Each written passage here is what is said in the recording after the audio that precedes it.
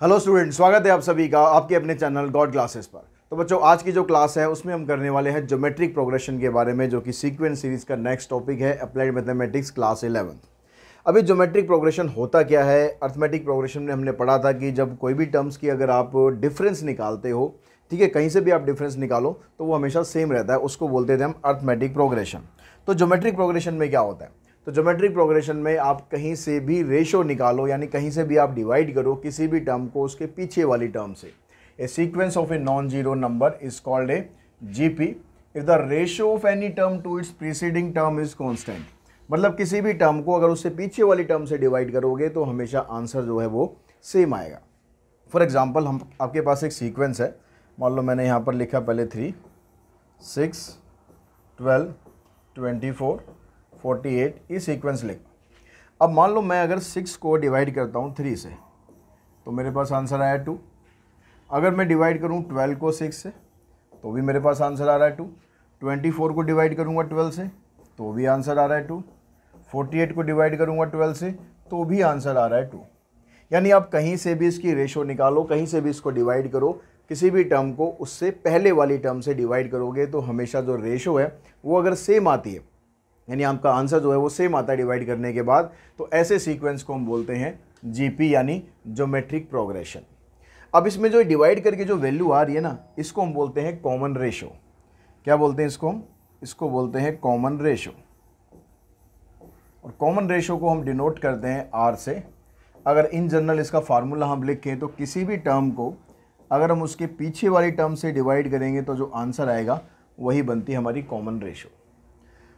अब ये जो सीक्वेंस है, अगर हम सीक्वेंस की जनरलाइज फॉर्म को लिखें कि सीक्वेंस कैसे बन रहा है, जो पहला वाला सीक्वेंस है वो क्या हमारे पास, वो है 3, ठीक है, इससे हम समझते हैं 3।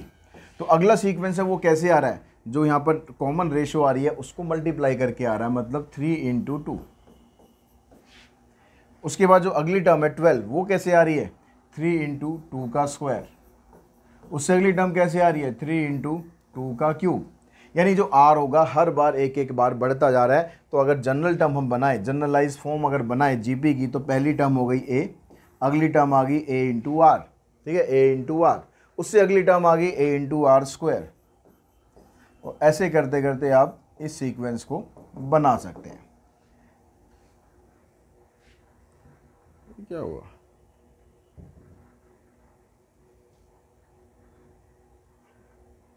क्या हुआ?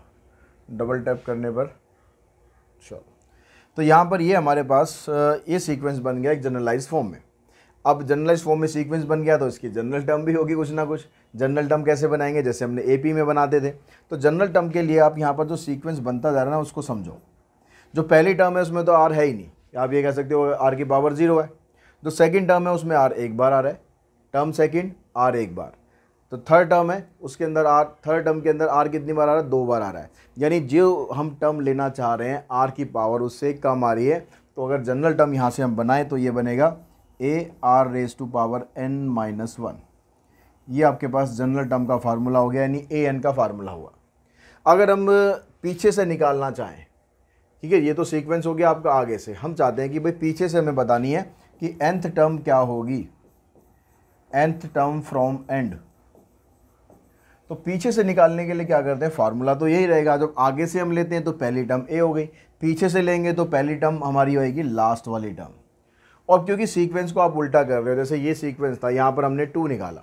अगर मैं सीक्वेंस को उल्टा कर दूँ, उल्टा मतलब 48 को से डिवाइड करूँ 24 को, तो आर आएगा आपका 1/2।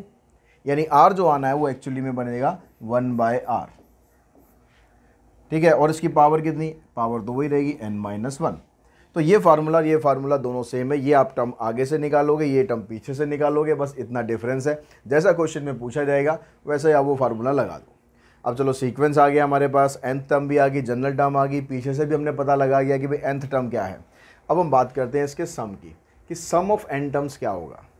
जब हम सम का फार्मूला यहाँ पर लिखेंगे तो सम का फार्मूला क्या होता है, a × में r⁻n−1 डिवाइडेड बाय r-1, ठीक है। ये ऐसे लिख सकते हो, या फिर आप इसको ऐसे भी लिख सकते हो, a × 1 - r⁻n divided by 1 - r। जो आइडियल सिचुएशन है वो तो ये होती है कि अगर आर 1 से बड़ा है तो ये लगाओ, आर 1 से छोटा है तो ये लगाओ, लेकिन आप दोनों में से कोई भी फार्मूला लगा दो, किसी भी सिचुएशन में लगा दो, आंसर दोनों से आपका सेम ही आएगा, कोई गलत नहीं होगा। तो आपको ये अगर ध्यान रहता है कि भाई आर 1 से बड़ा है तो ये लगाना है, छोटा है तो वो लगाना है, नहीं भी ध्यान रहता तो भी कोई बात नहीं, दोनों में से कोई सा भी लगा देंगे तो भी गलत नहीं है, तो भी आंसर आपका ठीक ही आना है।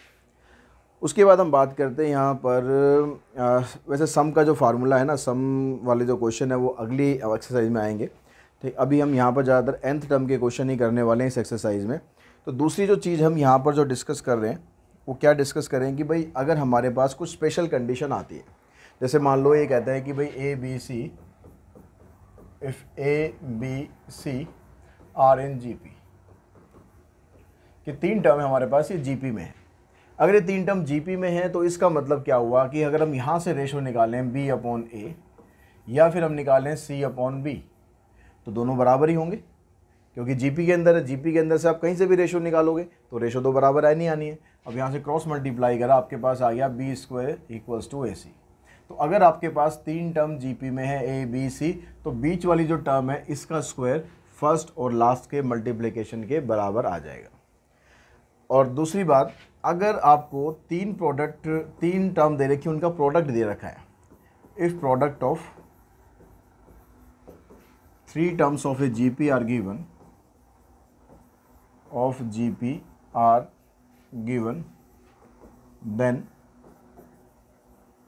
जो पहली टर्म है वो तो आपके पास आ जाएगी ए अपॉन आर, दूसरी टर्म आएगी ए, तीसरी टर्म आएगी ए आर। यानी जीपी में नॉर्मली जो हम ए से स्टार्ट करते हैं, ए से स्टार्ट ना करके उसके पीछे से आप स्टार्ट करना, इसका भी लॉजिक वही है जैसे हमने एपी में भी इस तरह के क्वेश्चन करे थे। तो इसका लॉजिक भी यही कि जब आप तीनों का प्रोडक्ट करोगे तो आर से आर कैंसिल हो जाएगा, आपको डायरेक्टली ए की वैल्यू मिल जाएगी। ऐसे ही अगर आपके पास जो प्रोडक्ट है, if product of 5 terms are given, तो एक टर्म और पीछे से स्टार्ट करो, ए अपॉन आर स्क्वायर, फिर ए अपॉन आर, उसके बाद ए, फिर ए आर और ए आर स्क्वायर। ठीक है। अगर आपको 4 टर्म दे रखी है तो 4 टर्म दे रखी है तो गैप यहाँ पर जो एक एक का है ना वो 2 का गैप करना पड़ेगा आपको, a upon r cube, a upon r, a r और लास्ट में फिर ए आर क्यूब। तो इस तरीके से आप स्टार्ट करेंगे अगर आपको 3, 4 या 5 टर्म का प्रोडक्ट दिया हुआ है। तो अगर आप नॉर्मल वे में स्टार्ट करते हैं तो आंसर तो वैसे भी निकल जाएगा, लेकिन बहुत लंबा भी हो सकता है। तो बेटर रहेगा कि आप ये सिचुएशन अगर दी है तो इनको लेके स्टार्ट करोगे तो आपका आंसर ज़्यादा सही निकलेगा और जल्दी निकलेगा। अब हम बात करते हैं इसकी एक्सरसाइज की। एक्सरसाइज के जो क्वेश्चंस है अगर हम उस पर चलते हैं तो जो फर्स्ट क्वेश्चन आपको दे रखा है यहाँ पर, फर्स्ट क्वेश्चन में कहता है कि find the 15th term of the series. आपको जो 15th टर्म है इस सीरीज़ की वो फाइंड करनी है। 15 टर्म का मतलब आपको A15 फाइंड करना है। अब A15 आप फाइंड करेंगे तो इसमें A देखो पहले वो क्या है और D देखो पहले वो क्या है। A हमें दिया हुआ है यहाँ पर √3 और D नहीं, सॉरी, इसमें R निकालना होगा जीपी में। तो R निकालने के लिए जो सेकंड वाली टर्म है इसको हमने डिवाइड कर दिया फर्स्ट टर्म से। ये √3 इधर आ जाएगा, तो √3 इंटू √3, ये बन गया 1/3। तो A की वैल्यू ये आ गई, R की वैल्यू ये आ गई। अब इसने टर्म पूछी आपसे 15, तो A15 का मतलब है AR⁻15 - 1, यानी आप इसको डायरेक्टली भी लिख सकते हो AR की पावर 14। और हम ज़्यादातर ऐसे ही लिखेंगे। A16 पूछा है तो लिख देंगे AR⁻15, A100 पूछा है तो लिख देंगे AR⁻99। ठीक है। अब यहाँ पर A की वैल्यू भी आपके पास है, R की वैल्यू भी है हमारे पास, R की वैल्यू 1/3 है, तो 1/3 लिखेंगे। इसकी पावर है कितनी, 14। तो अब ये जो √3 है, √3 का मतलब तो हो गया 3 की पावर 1/2, और इस 3 को जब आप ऊपर लाओगे तो इसकी पावर हो जाएगी -14। ठीक है। ये रेसिप्रोकल करेंगे तो पावर का साइन चेंज हो जाएगा। अब दोनों का बेस देखो सेम है, बेस सेम है तो इनकी पावर हो जाएगी ऐड, तो 1/2 -14, तो 14 2 28 -1 यानी 3 की पावर आ जाएगी -27/2। पावर बहुत बड़ी है तो भाई इतना ही छोड़ देना, इसमें सॉल्व करने के चक्कर में मत पड़ जाना कि सॉल्व करेंगे तो हम आंसर निकाल दें एग्जैक्ट, बहुत लंबा हो जाएगा। सेकंड पार्ट में भी आपको इसी तरीके से करना है, वो आप खुद ट्राई कर सकते हैं। थर्ड पार्ट की अगर हम बात करें, थर्ड पार्ट में ये सीक्वेंस है तो A की वैल्यू तो आ गई 3 और R की वैल्यू आ गई -6/3 यानी -2। अब कहते हैं यहाँ पर find the 6th term from the end. इसमें पीछे से पूछ रहा है, जो एंड वाला फार्मूला करा था ना हमने, वो वाला फार्मूला लगाना है। तो उस फार्मूले में क्या था, nth टर्म फ्रॉम एंड। तो इस फार्मूले में पहले L था, फिर 1/r raise to power n minus 1। तो L की जगह आपके पास जो वैल्यू है ये है 12288, 1/r यानी 1/-2 raise to power n minus 1 यानी 6 माइनस 1। तो ये 1/-2 है, उसकी पावर आ जाएगी 5। पावर अगर 5 है तो उसको 5 बार -2 को मल्टीप्लाई करेंगे तो ये आ जाएगा आपके पास 1/-32। 4 से इसे काट देते हैं, 4 से हम इसे काटते हैं, फिर 8 से काट दो इसे, 8 3 जा 24, 8 8 जा 64, 8 4 जा 32। तो आंसर आ गया -384। ये आ जाएगी टर्म। अगर आप पीछे से काउंट करेंगे तो 6 नंबर पर -384 आएगा। उसके बाद नेक्स्ट क्वेश्चन की अगर बात करो, क्वेश्चन नंबर 2, उसमें आपसे पूछ रहा है कि which term of the sequence. Which term of the sequence का मतलब है कि आपको n की वैल्यू यहाँ पर फाइंड करनी है कि इस सीक्वेंस में ऐसी कौन सी टर्म है जो 128 है। तो a की वैल्यू आपके पास 2 है, r की वैल्यू 2√2 डिवाइडेड बाई 2, इससे कैंसिल मतलब √2 बचा। और ये जो 128 है ना, ये an है, इसको मान लेते हैं ये an है। अब ये किस नंबर पर आ रहा है यही तो आपको बताना है, यानी n की वैल्यू बतानी है। तो an का फार्मूला होता है ar raise to power n minus 1 equals to 128। a की वैल्यू 2 है, r की वैल्यू कितनी होगी √2, इसकी पावर n माइनस 1। ये जो 128 है, इस ये वाले 2 से तो इसको कैंसिल कर लो, यहाँ से रूट को हटाओ तो इसको 2 की पावर ऐसे लिख सकते हैं हम n माइनस 1/2। जो रूट होता है, रूट का मतलब क्या होता है, स्क्वायर रूट, वहाँ से पावर हट कर अपॉन में आ जाती है। और जो 64 है इसको लिख लेते हैं 2 की पावर 6। अब दोनों का बेस देखो सेम है, तो इसको कंपेयर करेंगे तो n माइनस 1/2 इक्वल्स टू 6 और n माइनस 1 इक्वल्स टू 12 और n की वैल्यू आ गई 13। अब बिल्कुल सेम इसी तरीके से आपको ये प्रोसीड करना है। ये आपका an हो गया, ये a हो गया, और यहाँ से r निकाल देंगे और ये फार्मूला लगा के आप n की वैल्यू फाइंड कर सकते हो। नेक्स्ट क्वेश्चन नंबर अगर हम 3rd की बात करें तो 3rd क्वेश्चन के अंदर 3rd में कहता है कि भाई determine the 12th term of a GP whose 8th term is 192। 8th term हमें दे रखी है 192 और कॉमन रेशो दे रखी है 2। दो चीज़ें आपको दे रखी है, ठीक है। कॉमन रेशो 2 है और 8th टर्म 192। 8th टर्म का मतलब हो गया ए आर की पावर 7। अब r यानी 2 की पावर 7, 2 की पावर 7 कितना हो गया 128।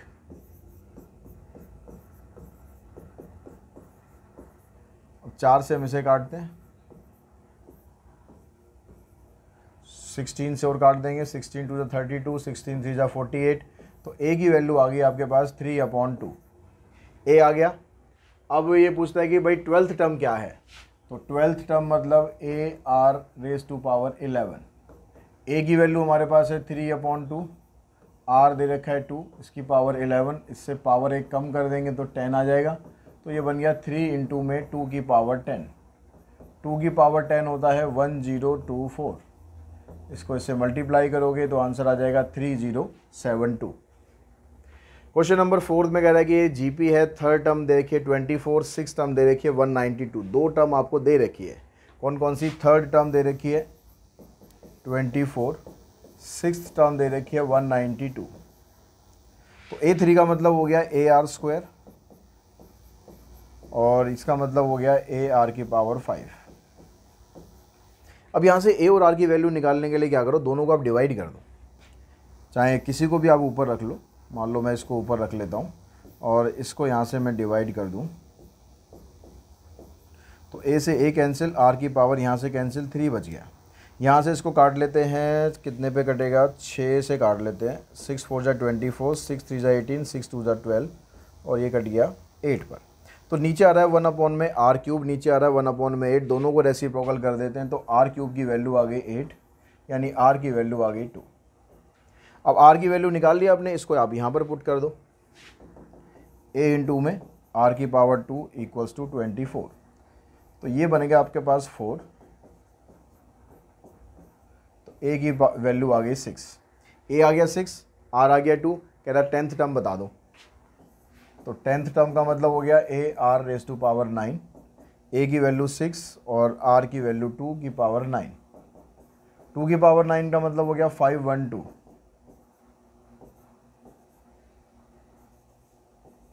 तो आंसर आ गया हमारे पास 3072।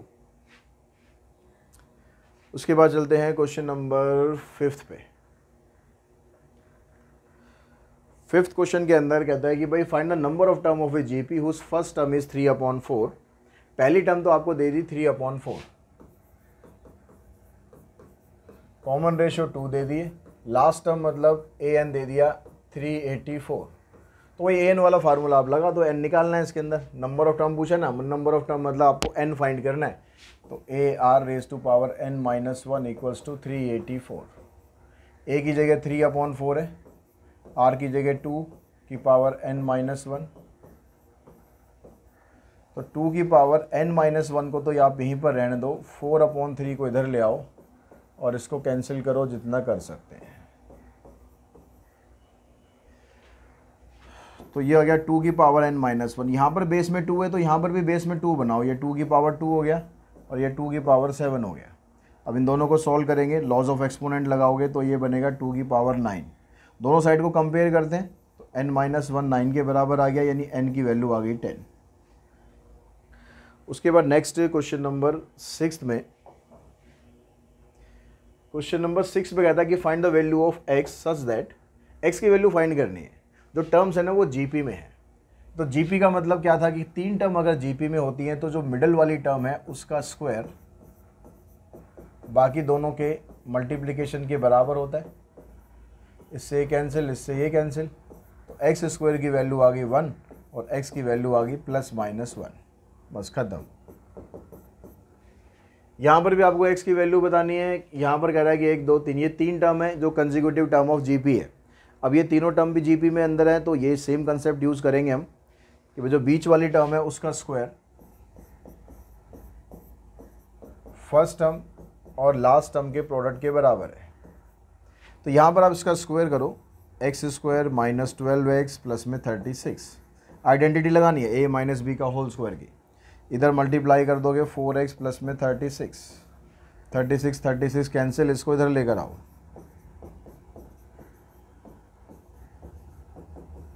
तो ये बन गया x square minus 16x, x common निकालो तो एक x की वैल्यू तो 0 होगी और एक x की वैल्यू होगी +16। अब x की वैल्यू आप 0 तो यहाँ पर ले नहीं सकते। अगर हम x की वैल्यू 0 लेते हैं लेकिन यहाँ तो x इसके बाद प्लस करेंगे तो 9 हो जाएगा, -6 हो जाएगा। ठीक है, ले सकते हैं, 0 भी ले सकते हैं, बस ये टर्म 0 नहीं आनी चाहिए, क्योंकि 0 को अगर आप मल्टीप्लाई करते जाओगे किसी भी टर्म से तो फिर वो 0 ही रह जाना है। तो यहाँ पर 0 कोई टर्म नहीं आएगी। आप x + 9 x -6 इसकी जगह आप 0 पुट करेंगे तो यहाँ पर 9 आ जाएगा, फिर -6 आ जाएगा, फिर यहाँ पर 4 आ जाएगा। ठीक है, और अगर 16 पुट करोगे तो उससे भी आंसर निकल जाएगा, यानी दोनों आंसर यहाँ पर आपके पॉसिबल हैं। उसके बाद नेक्स्ट क्वेश्चन पे चलते हैं, क्वेश्चन नंबर 7th क्वेश्चन में कहता है कि the 5th 8th and 11th term of GP are this and this. आपको 3 टर्म दे रखी है। 5th टर्म के बारे में कह रहा है कि ये टर्म दे रखी है आपको P और 8th टर्म दे रखी है Q और 11th टर्म दे रखी है आपको S। आपको ये शो करना है कि Q स्क्वायर PS के बराबर है। तो A5 का मतलब हो गया, इसको हम ऐसे लिख सकते हैं AR की पावर 4, इसको लिख सकते हैं AR की पावर 7, इसको लिख सकते हैं AR की पावर 10। तो P को और S को अगर मल्टीप्लाई करें, इसका मतलब फर्स्ट और थर्ड को अगर मल्टीप्लाई करें तो AR की पावर 4 इंटू AR की पावर 10 equals to P into S। तो ये बन गया आपके पास A स्क्वायर R की पावर 14। अब यहाँ पर 2 अगर हम बाहर निकाल दें ऐसे AR की पावर 7 का होल स्क्वायर, तो कोई गलत तो नहीं है, यहाँ पर निकाल सकते हैं ऐसे तो हम। अब यहाँ पर जो AR की पावर 7 है ये क्या है, ये तो Q है, तो इसकी जगह आप Q पुट कर दो तो आंसर आ गया आपका Q square equals to PS। और यही तो आपको शो करना था, तो ये आपने इस तरीके से प्रूव कर दिया। If ABC are in AP, यहाँ पर ये 3 टर्म AP में है अब जीपी एपी हम ऑलरेडी पढ़ चुके हैं, तो ऐसा नहीं कि भाई जीपी वाले क्वेश्चन में अब एपी का कंसेप्ट नहीं आएगा, आता रहेगा बीच बीच में। तो एपी में अगर 3 टर्म होती हैं तो जो बीच वाली टर्म है उसका सम इन दोनों के सम के बराबर होता है। अब आपको शो करना है कि ये तीनों टर्म जीपी में है। अब ये तीनों टर्म जीपी में तब हो सकती हैं जब बीच वाली टर्म का स्क्वायर बाकी दोनों के प्रोडक्ट के बराबर हो जाए।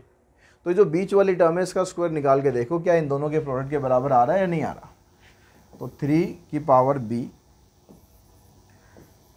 पावर b का अगर हम स्क्वायर करेंगे तो ये आएगा 3 की पावर 2b, क्योंकि पावर की पावर होती है तो फिर क्या करते हैं हम दोनों को आपस में मल्टीप्लाई कर देते हैं।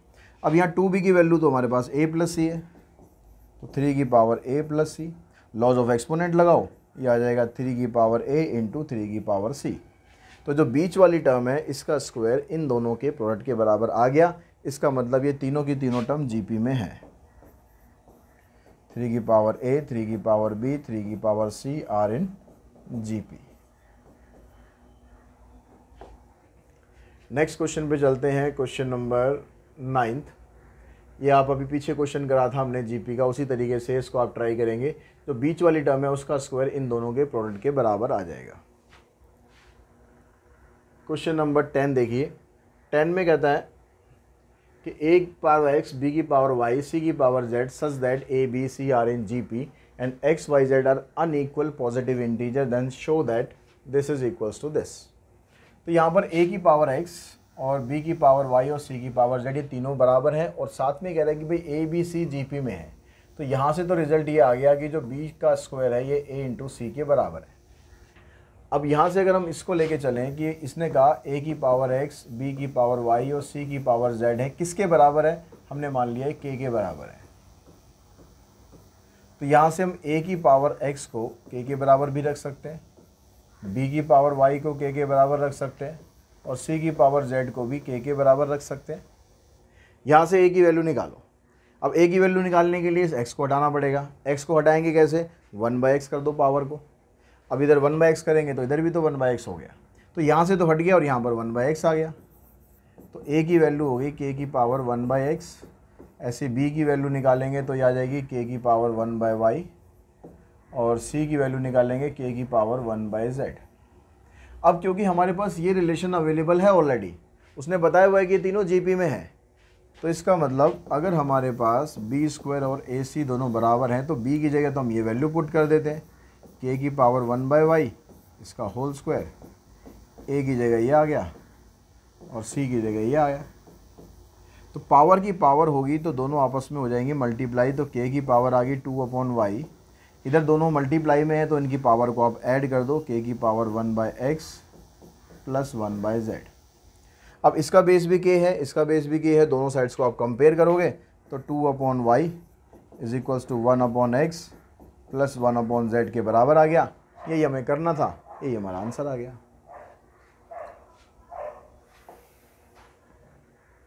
क्वेश्चन नंबर 11th क्वेश्चन में कहता है कि the sum of the 3 consecutive term of a GP is 26 and their product is 216। 3 जो कंसेक्यूटिव टर्म है जीपी की उनका प्रोडक्ट दिया हुआ है। अगर प्रोडक्ट दिया हुआ है तो इसमें जीपी आपको कैसे लेनी है, पहली वाली टर्म लेंगे a/r, दूसरी टर्म लेंगे a, तीसरी टर्म लेंगे ar। इसका प्रोडक्ट है 216, इससे ये हो जाएगा कैंसिल, a की पावर 3 इक्वल्स टू, इसको लिख लो आप 6 की पावर 3, यानी a की वैल्यू मिल गई आपको 6। अब इसने बोला कि भाई इन तीनों टर्म का जो सम है वो 26 है, तो a/r, a और ar इन तीनों का सम 26 है। तो आपने क्या करा, a की जगह 6 पुट कर दिया, 6/r 6r। अब यहाँ से 6 कॉमन भी निकाल सकते हो,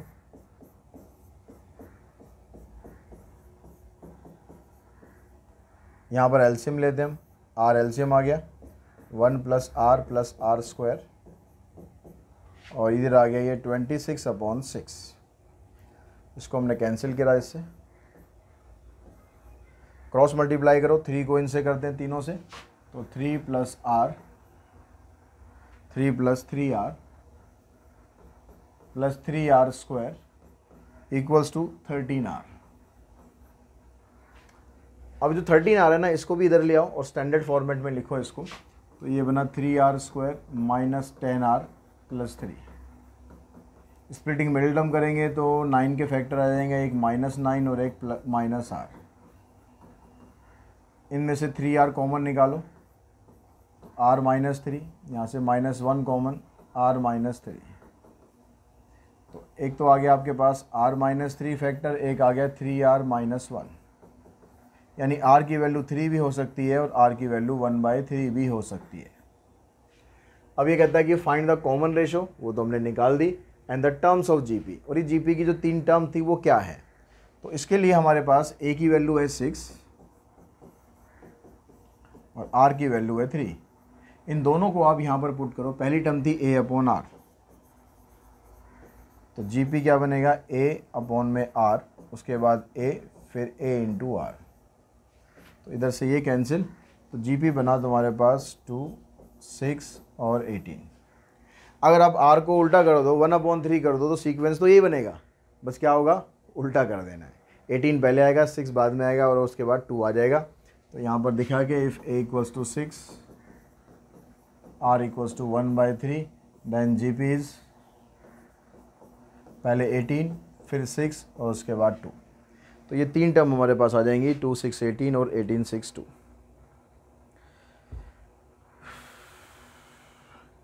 उसके बाद नेक्स्ट क्वेश्चन नंबर 12 देखते हैं। 12th में क्या कहता है, कहता है find 4 numbers forming a GP in which third term is greater than the first term by 9। जो थर्ड टर्म है जीपी की a3 is greater than the first term by 9। ये जो पहली टर्म है उससे 9 ज़्यादा है। Second term is greater than the fourth by 18, और जो सेकेंड टर्म है वो फोर्थ टर्म से 18 ज़्यादा है। तो आपको 4 नंबर बताने जीपी के, मतलब a और r निकालना, सीधा सीधा हिसाब है। a r निकल गया तो 4 टर्म बता दोगे। तो a3 को हम लिख लेते हैं ar², ये हो गया a प्लस में 9। इसको लिख लेते हैं हम ar = ar³ प्लस 18। अब यहाँ से कहीं से आप a की वैल्यू निकालो या r की वैल्यू निकालो, उसको यहाँ पर पुट करो। इसको इधर ले लेते हैं, a r² -1, ऐसे हो गया। इसमें यहाँ पर लेते हैं तो ar - ar³ = 18। यहाँ से आप कॉमन निकाल दो। कॉमन क्या निकालोगे, कॉमन निकालोगे -a के साथ आप r भी कॉमन निकालो, -r कॉमन निकाल दो, a निकाल दो। तो यहाँ पर बचेगा -1 और यहाँ पर आ जाएगा प्लस में r²। अब यहाँ पर आ रही वैल्यू r² -1, और r² -1 इंटू में a की वैल्यू 9 है। तो r² -1 इंटू में इसकी जगह पुट कर दो 9, इधर रह गया -r इंटू में 9 = 18। तो r की वैल्यू आ जाएगी -2। r -2 निकल गया, तो a निकालने के लिए यहाँ पर पुट कर दो। -2 का स्क्वायर करोगे 4 - 1, 4 - 1 आ गया 3, 3 से इसको कैंसिल करेंगे, a की वैल्यू आ गई 3। तो टर्म्स क्या बनेगी, पहली टर्म्स तो आ गई 3, दूसरी टर्म आ जाएगी 3 × -2, तीसरी टर्म आ जाएगी 3 × -2 का स्क्वायर, और चौथी टर्म आ जाएगी 3 × -2 का क्यूब। तो 3 - 6 12 और -24, ये 4 टर्म हमारे पास बनेंगी, 3 - 6 12 और -24। क्वेश्चन नंबर 13 में कहता है कि 3 positive numbers form an increasing GP. 3 positive numbers हैं जो इंक्रीजिंग जीपी में है, मतलब जीपी बढ़ रही है। तो हमारे पास पहला नंबर हो गया a, फिर दूसरा आ गया ar, फिर आ गया ar², ये जीपी में है। अब ये कहता है कि if the middle term of the series, middle term मतलब ये ar, इसको अगर हम डबल कर दें तो सीक्वेंस जो है वो AP में बनेगा। यानी ये कह रहा है कि भाई a और इसका डबल हो गया 2ar और ar², ये एक AP है। Find the common ratio of the GP. तो जीपी की कॉमन रेशियो आपको बतानी है। तो ये अगर AP है तो जो बीच वाली टर्म है उसका डबल बाकी दोनों के सम के बराबर आएगा। तो ये आ गया 4ar, यहाँ से a कॉमन निकाल दो, 1 + r², इस a से a कैंसिल, इसको भी आप इधर ले जाओ तो इधर रह गया 0, इधर आ गया 1 + r² - 4r। तो इसको स्टैंडर्ड फॉर्म में लिखते हैं तो पहले आएगा are square minus 4r plus में 1 इक्वल्स टू 0। अब इसमें स्प्लिटिंग करोगे ना आप, या क्वाड्रेटिक फार्मूला ही लगाना पड़ेगा आपको, स्प्लिटिंग तो होगी नहीं क्योंकि 1 के फैक्टर तो ऐसे आएंगे नहीं जिससे 4 आ जाए। तो आप इसमें क्वाड्रेटिक फार्मूला लगाओ। क्वाड्रेटिक फार्मूला होता है minus B plus minus B square minus 4ac upon में 2a। एक्स की जगह यहाँ पर आर है, तो b की वैल्यू -4 है तो यहाँ -4 आ गया। b का स्क्वायर करोगे तो 16, 4 इंटू a इंटू सी यानी 4 into 1 into 1 divided by 2a। a की वैल्यू आ गई 1। तो ये हो गया माइनस माइनस प्लस, इधर से आ गया 16 माइनस 4 12 डिवाइडेड बाई 2। 12 के आप पेयर बनाओगे तो ये आ जाएगा 2√3 और 2 ऊपर से कॉमन निकाल दो।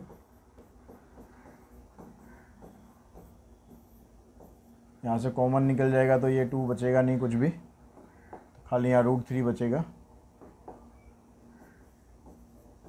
ये कैंसिल हो जाएगा और ये हमारा आंसर आ जाएगा 2 प्लस माइनस √3। उसके बाद नेक्स्ट क्वेश्चन देखो, question number 14।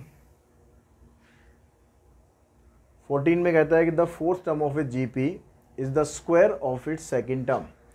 Fourth term of GP is square of second term and the first term is -3। Determine it seventh term. Seventh term बतानी है।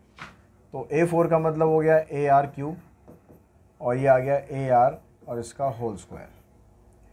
तो ये बन गया AR³ equals to A square R square. एक A से A cancel, R square से A cancel, यानी R और A दोनों बराबर आ गए, तो R की वैल्यू भी आ गई -3। अब आपसे पूछिए सेवन्थ टर्म मतलब AR की पावर 6। तो A भी -3 है, R भी -3 है, तो -3 की पावर 1 इधर 6 इधर 7 आ गया। तो इसको सॉल्व करोगे आ जाएगा -2187। तो ये हो गया आपके पास क्वेश्चन नंबर 14। और आज की इस वीडियो में हम यहीं तक क्वेश्चन करते हैं। अभी इसके अंदर 10 क्वेश्चन अभी और हैं, तो वो बाकी के क्वेश्चन नेक्स्ट वीडियो में करते हैं। तब तक आप यहाँ तक प्रैक्टिस कीजिए, और अगर आपको चैनल का कंटेंट पसंद आ रहा है तो अपने फ्रेंड्स के साथ भी शेयर कीजिए, चैनल को भी, वीडियो को भी, और उनकी हेल्प कीजिए अप्लाइड मैथमेटिक्स का कंटेंट समझने में। आज की इस वीडियो में इतना ही। Thanks to all of you.